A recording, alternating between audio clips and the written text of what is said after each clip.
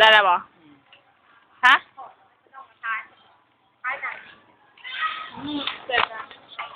เป็นตากล้องแป๊บหนึ่งค่ะเดี๋ยวจะแอป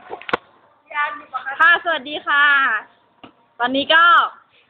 เป็นการอัดวิดีโอเกี่ยวกับเพื่อนอ่านหนังสือจะสอบวันสุดท้ายของการจบม .6 แล้วเป็นวิชาภาษาไทยและวิชาประวัติศาสตร์นั่นดีบอกประวัติศาสตร์หรือประวัติศาสตร์ค่ะ ไปดูค่ะว่าเพื่อนอ่านหนังสือยังไงบ้าง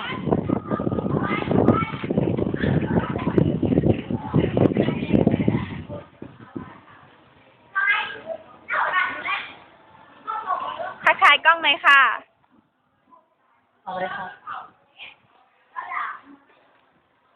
นักอ้วนนั่งทำอะไรอยู่ก็ไม่รู้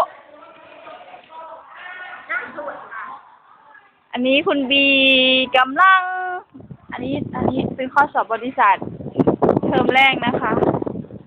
บริษัทยังมีประวัติศาสตร์ทักทายกล้องเนี่ยทักทายกล้องเนี่ยทักทายกล้องเนี่ยนักจุฬาราชกำลังอ่านหนังสือยิดเขาชาญในเลขจากตัวแล้ว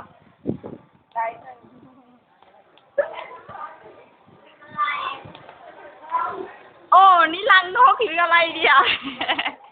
เหมือนร่างแก้เต็มหัว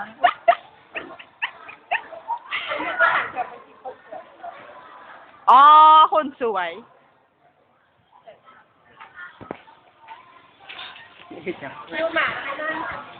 ขึ้น10 ที